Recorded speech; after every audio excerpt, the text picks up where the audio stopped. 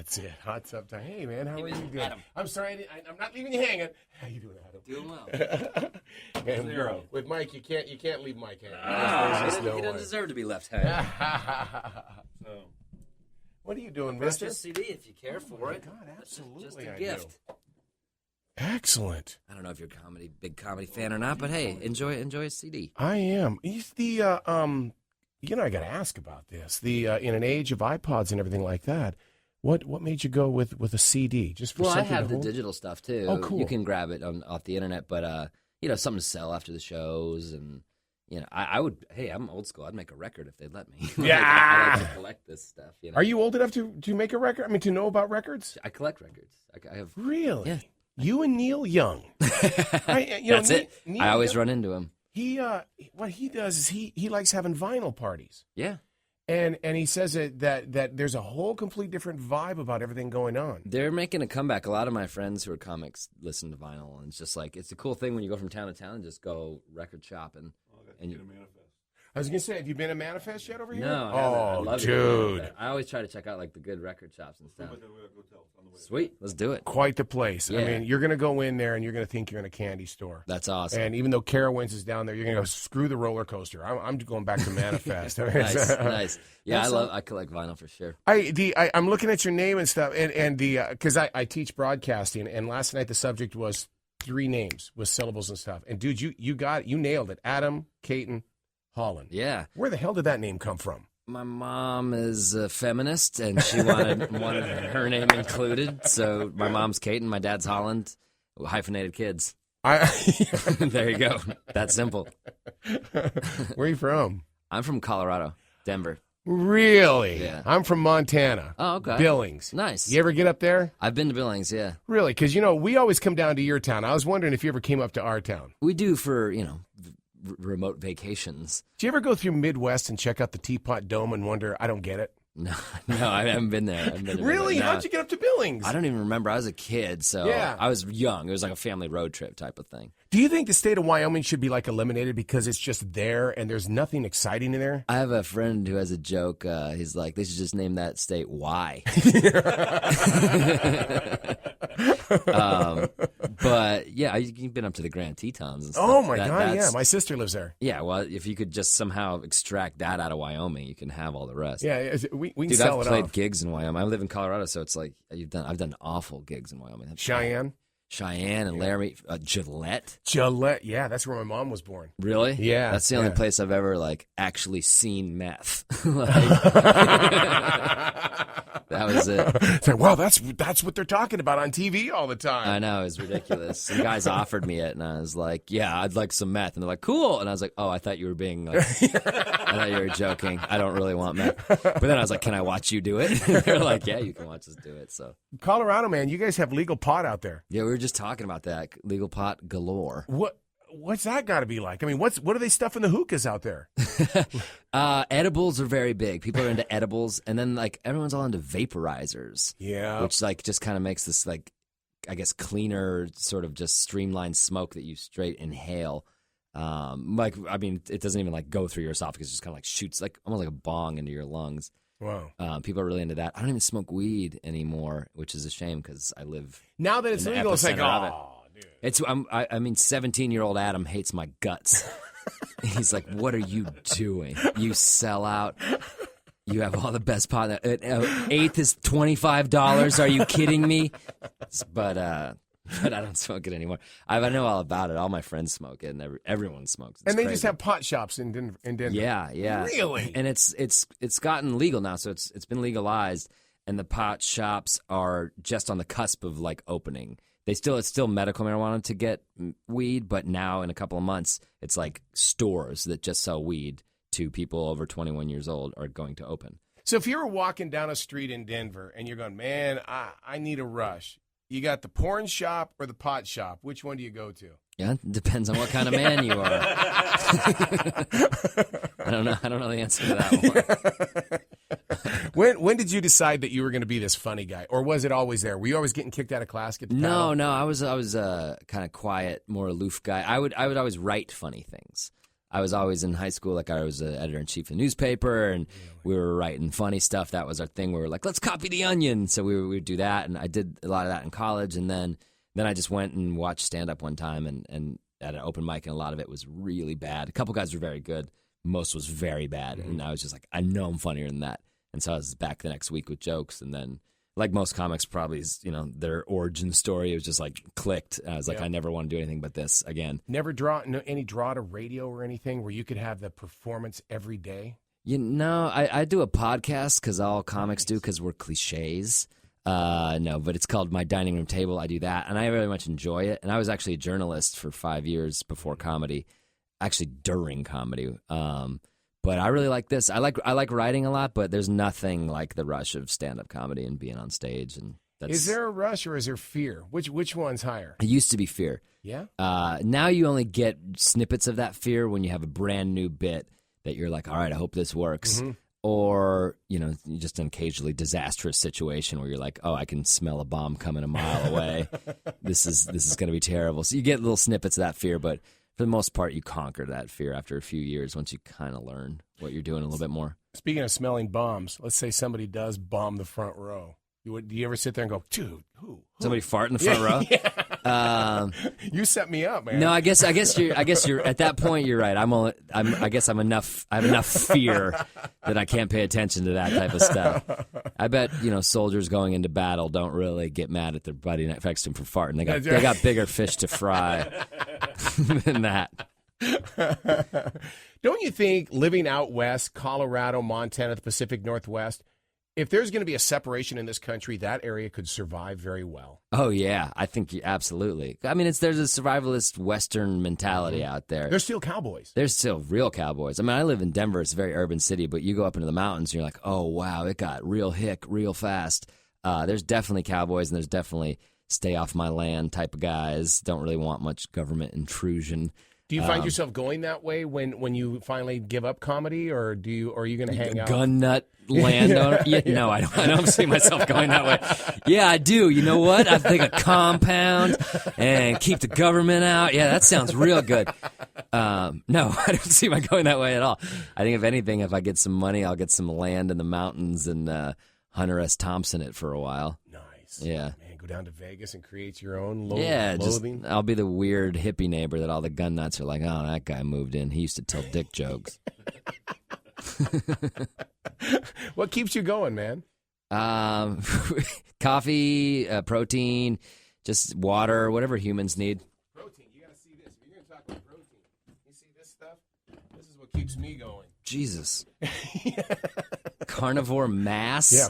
Look at that, 50-plus grams of protein, man. This sounds like this would keep no one going. Anabolic beef protein gainer, hydrolyzed beef protein isolate. That sounds very natural. So are you going to say that you're not going to eat the beef in that then? Or this is the stuff that got Chipotle in trouble for not having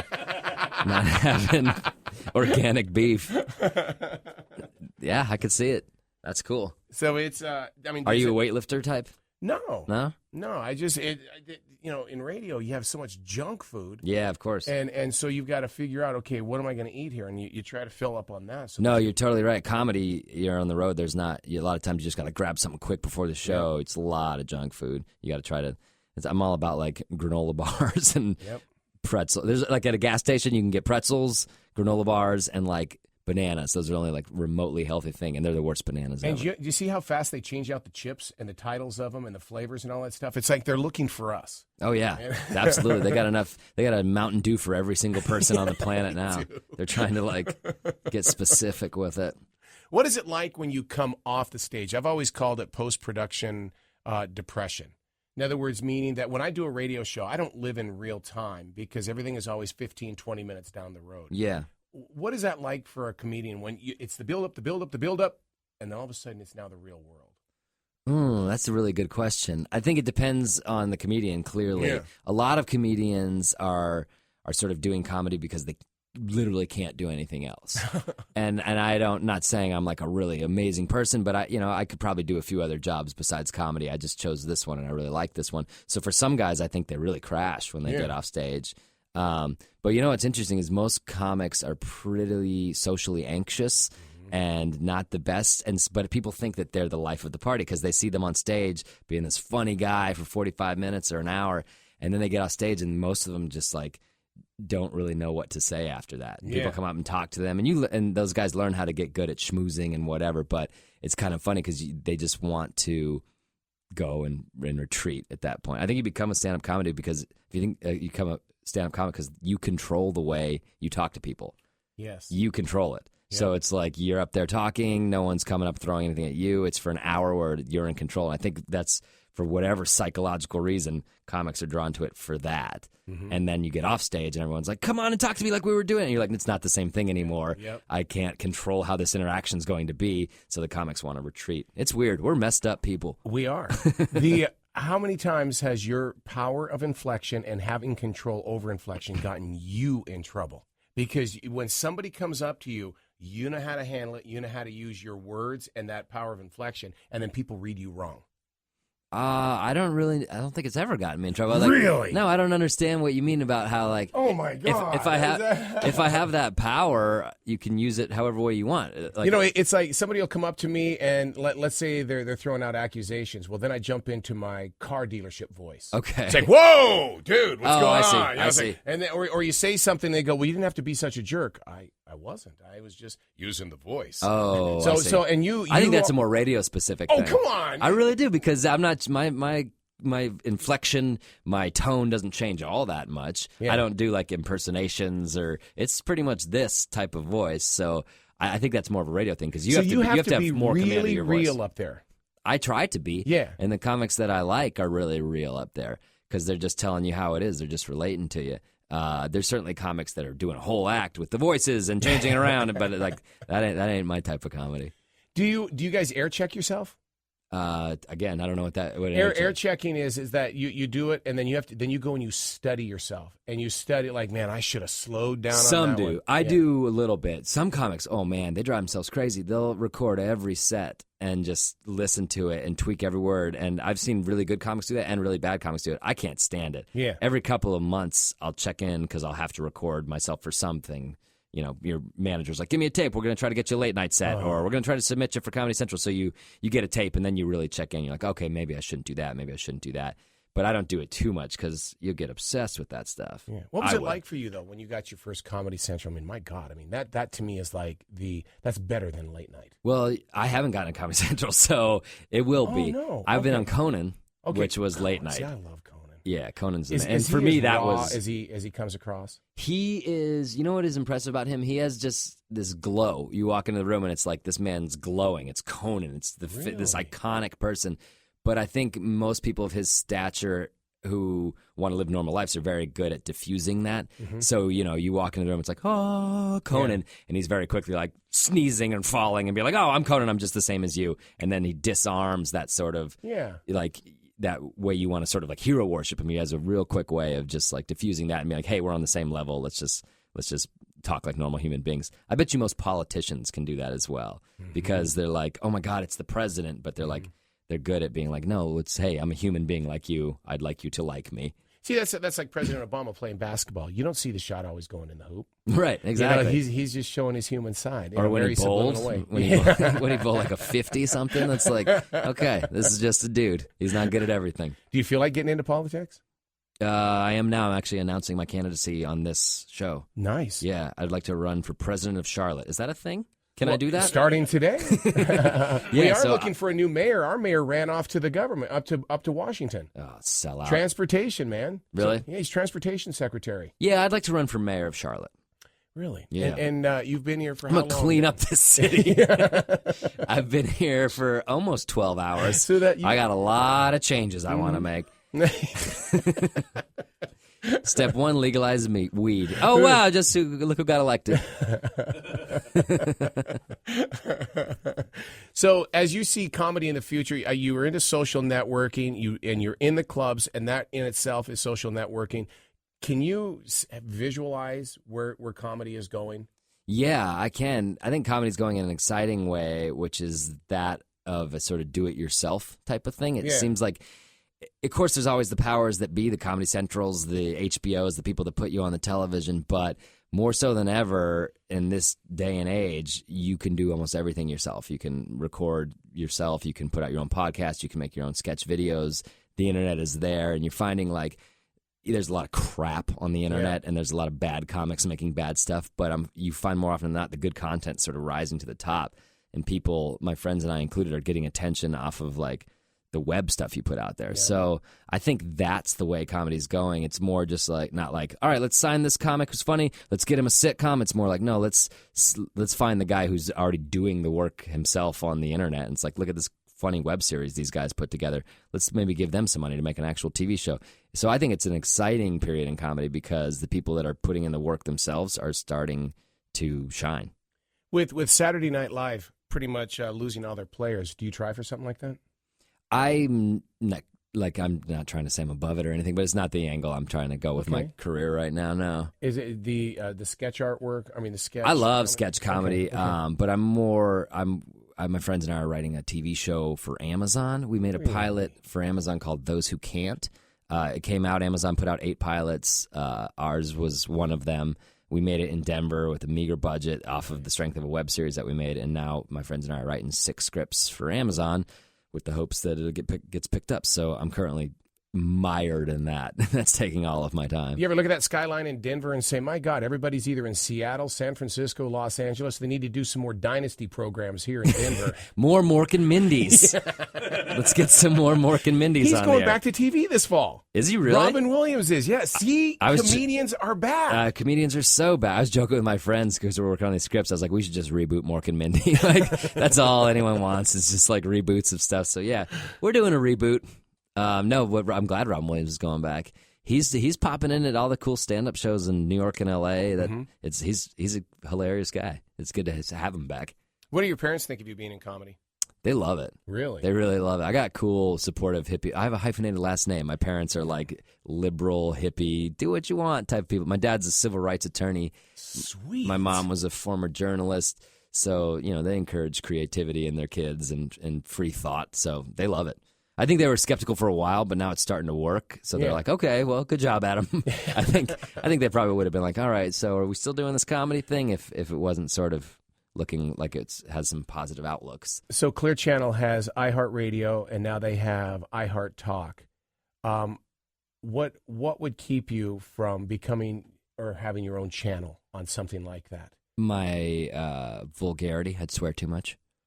But it's internet. Really? Yeah. Oh, well, then I'll do it. I mean, on iHeartRadio, it's something I'll be working out, and all of a sudden I'll get into the hip-hop channel, and I'm going, oh, my God. And it's like, I didn't even invent that word, but I'm going to use it tomorrow. Oh, yeah, for sure. That's just good field research.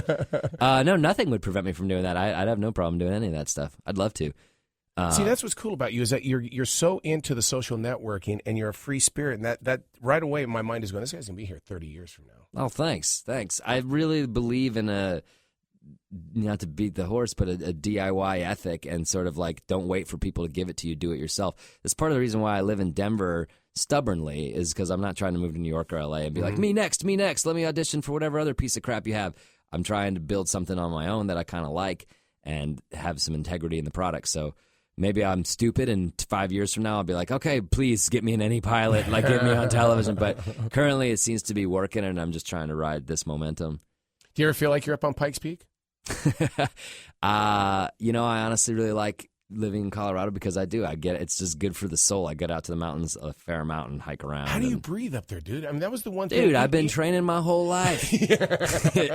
I just did a 14er with my girlfriend the other day, which is, for those who don't know, you Flatlanders, it's a 14,000-foot mountain. But, I mean, once you get Denver's 5280, that's a mile high. Right. And then you get up into about 10,000, you're like, I cannot do any more. And then you've got 4,000 more feet to go. Yeah. It's ridiculous. You'll walk 50 yards and stop and breathe and drink some water and walk 50 more yards. It takes forever. But then you get up there and it's ridiculous. It's very rewarding. Is Elitch's still out there? Yeah, Elitch's is out there. Elitch's teamed up with Six Flags. Really? Okay. So the Elitch's was this like podunk, cheesy little amusement park, and then Six Flags came in and was like, we'd like to use your name because you have good local recognition, but now it's Elitch's Six Flags, and they moved it to downtown, and it's like a big successful Six Flags. The big white roller coaster, did they take it with them, or? I believe so. It's so sad because there's Elitch's and there's this one called Lakeside, which is even more ghetto than Elitch's. And Elitch's teamed up with Six Flags, and they're big and successful. And now Lakeside's like,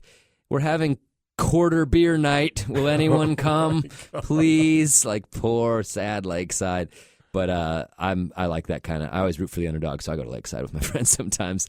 It's fun. Were you part of the Orange Crush out there? The Broncos? Yeah. Yeah, everybody's got Broncos fever in my city because we got Peyton Manning. It's a sick feeling. I mean, I've been vomiting for months with Bronco fever. I mean, growing up in Billings, I mean, you were either a Broncos fan or a Seahawks fan. Yeah, and you don't want to be a Seahawks fan. You just had to go with the Broncos. Absolutely. It's a more winning franchise. It was just the orange, man. Yeah. And when you saw people in orange right away, I mean, that was great. That was branding the NFL before it became cool. It really was. And those Broncos jerseys back in the day, they were pretty ugly. I mean, it was a gross color orange, but you see John Elway in that thing and a tear rolls down your eye, and you're like, I'll wear that till I die. Do you think there's a hero on that team now, since we're getting close to the... Yeah, I think Peyton Manning's freaking You think he's going to do it this year? I really do. I mean, last year was great, and he proved everybody wrong, and then we kind of blew it in the first round of the playoffs to the Ravens in an awful game. But I think we sold ourselves short, and I think we got some new offseason acquisitions. Got Wes Welker from the Patriots. Broncos are looking good. I don't like to be cocky. I'm knocking on wood right now, but it looks like a good season for the Broncos. Are they still in the same stadium where you used to be driving down the road, and it was like you're going, damn, there's a stadium right there beside me? They moved. That was Mile High Stadium, and they knocked it down because it was like unsafe. But they moved this new stadium to the parking lot, so it's in the same exact place. Okay. You can drive down I-25, which is a highway that cuts right through town, and it just towers over it. It's like suddenly it's like, well, damn, where the hell did that come from? Well, Denver's like Charlotte, and I like that, at least from what I've seen. Like the football stadium's right downtown, and it's not out in the suburbs in some weird megaplex. It's like right in the city. Denver's the same way. I like that. I think it kind of builds more energy around the team. I'll tell you, our baseball field's going to be better than the Rockies, though. Yeah? You got it, because they're digging it in the ground. Oh, really? And so when they hit a home run, it's just going to go up to ground level. Oh, so wow. it is all in the. You got to go over there and check. I will that check. out. I'm a big baseball because fan. I've never seen a baseball field where all this it's dug out. It's a real dugout. That's crazy. It's like, oh my God. And it's for a AAA team, right? Yeah. Unless you want to sell the Rockies to us. No, you don't want this team. Like, $1 million, you can have them. No, the Rockies, I love them, but God, they're just terrible. But they used to have the coolest baseball hat. I mean, everybody had to have the Colorado Rockies baseball hat. Do you know what that was about? That had like gang recognition back in the day. Really? Yes. When the Rockies first became an expansion team in 1993, they got, it was like CR, and it had something to do with Crips, like Crips Rule or something like that, and all these gang members and rappers started wearing the Colorado Rockies hat. And then what happens? They make that cool. All the little white kids want to rip it off, and so all of them start wearing it. And so Colorado Rockies, this like terrible team, was just everywhere because it had like thug credibility. I don't think anyone's does that really anymore, but like 93, 94, 95, 96, that was like, you couldn't wear them to school. People were like, teachers would take them off because it was like gang paraphernalia. It's crazy. So yeah, it's not because of our good baseball, it's because of our Crip credibility. Now, up in Montana during the wintertime, we took up bowling. What do people in Denver do in the wintertime? Take up comedy? Skiing. Oh, I forgot about that sport. I'm a weird Coloradan. I don't really ski all that much at all. I prefer the mountains in the summer. But yeah, I mean, skiing, snowboarding, that's what most Denverites do. They go up to the mountains and Wait, talk about fear, the stage or that snowboarding. Which one gives you the most fear? Clearly snowboarding, because I go on the stage a lot more than I snowboard. A lot more. Anything you want to change in comedy? Comedy's doing just fine. It doesn't need tips from me. I would just like comedy to give me some more money, and that's about it. Yeah. How much money? How much money is it going to take for you? $75. Is that all? That's it. Damn. And the rest of that beef gainer you're drinking over there. Right there, 50 grams, buddy. I'm telling you, it'll put muscles on your big toe. Well, that's all I need. I can quit comedy after that. $75 and the muscles on my big toe, and I'm out. Is there anything that you're seeing in the comedy clubs that's always the same when it comes to fans that are coming to watch you? Is there a commonality between all the cities? Of the people that are coming out to see specifically me? And the reason why I bring that up is because radio doesn't separate itself anymore. When you used to go up to Detroit, Motown. When you came to the South, you had that classic rock. But now it's so homogenized that it's like it's everywhere. Does comedy still have regions? Comedy does have regions, but it's interesting you say that. Comedy's also getting a bit more connoisseurial. People are getting more savvy about stand-up comedy. I think this club in Charlotte, the Comedy Zone, does a good job of sort of picking the people that have niches and followings and targeting those people. So it's kind of like with this podcast generation and this sort of alternative comedy movement, people are getting a lot smarter about stand-up and seeing the kind of comedy they want to go see. You know, nobody ever goes like, oh, I'd like to go out and see music this evening. People are like, no, I'd like to see this band this evening. Right. But people often do go out and be like, I'd just like to see comedy this evening. But now it's becoming more and more. It's like, no, I'd like to see this comedian this evening or this type of smart comedy this evening. And I think that's a great thing. It's making more learned, knowledgeable comedy audiences. I never hear clubs like this club and a handful of others around the country are responsible for that. They're teaching audiences like, this is a guy you should know. This is a good flavor of comedy you would like. And if you don't, try this flavor next week. And then the week after that, oh, here's another similar to that guy that was here a couple weeks ago, that flavor. And they're just teaching audiences how to know more about comedy, how to appreciate comedy more. His staff makes the people feel comfortable that like they are at an event. And they're I mean, all through the night, I mean, you just feel so comfortable. And that's got to be easy for you. Yeah, it's nice when a club does it right. I mean, I haven't played there yet, but I've heard nothing but good things. It's nice when a club does it right and sets you up to do what you do. Some clubs just like, release the lions and like off you go. Be funny man. Yeah, exactly. And that's like, you can handle that, but it's not the way I'd like to approach it. If it's going to be a fight, let's fight. But I'd rather we just all get along. That'd be lovely. And that's kind of what the cooler clubs are doing. Final question. Are there two different versions of you, or how many voices do you have in your head? There's two different versions of me. Yeah. I mean, not to be all hippy dippy on you, but I'm a Gemini. I got two sides to this coin. But in comedy, I think I heard someone smarter than me say comedy is a lifelong search to sound like yourself on stage. And so I think I used to be like more of like, oh, I'm doing an act. And I think the better you get, the more you're just being yourself on stage. And that's why the guys like Louis and Bill Burr and Patton Oswalt's like the current titans, they're just themselves. Yeah. And that's why they can turn over material so much, because they're not writing jokes. Like, they just view the world that way. So I'm young and in the game, and I'm getting better at that, I think. So I think there's still two-ish sides to me. I think the goal is to just have that one. Have you had to rely on dirty jokes in politics to keep you going, or what is it that... Dirty jokes are always your way out. If it's going terribly, you go right to the dick jokes. That's like, you learn that lesson 2 months into comedy. So if I'm really pulling out the really dirty stuff, you can tell I'm floundering up there. Yeah. But, luckily more often than not, I can just do whatever I want to do, and it seems to be working. I love it. Thank you so much for coming in. Adam Cayton Holland. Thanks for having me, man. Man, I got a hippie in my room. Thank you so much for coming in, man. Thank you. Of course. Thanks for having me. That was fun. You.